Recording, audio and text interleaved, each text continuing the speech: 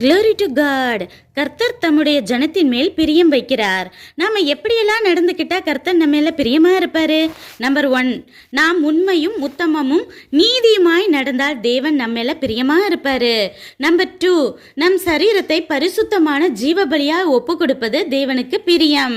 Number 3, நாம் செய்யும் தொழிலில் கள்ளத்தராசு இல்லாமல் நல்ல தராசு இருந்தால் தேவனுக்கு பிரியம்.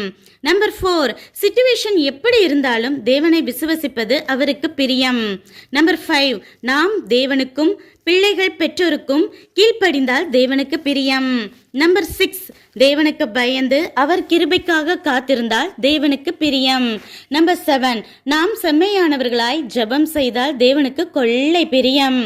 நம்பர் 8, நம் காணிக்கைகளை உற்சாகமானதோடும் தான தர்மம் செய்வதும் தேவனுக்கு பிரியமான பலி. நம்பர் 9, தேவ சித்தப்படி நாம் ஊழியம் செய்வது தேவனுக்கு பிரியம். நம்பர் 10, நம் ராஜாக்கள் அதாவது அரசியல் தலைவர்கள் அதிகாரத்தில் உள்ளவர்களுக்காக ஜெபிப்பது தேவனுக்கு பிரியம். இப்படி நாம வாழ்ந்தா தானியேல்ட்ட சொன்னது போல தேவன் நம்மிடமும் சொல்லுவாரு, நீ எனக்கு பிரியமானவன் பிரியமானவள் என்று.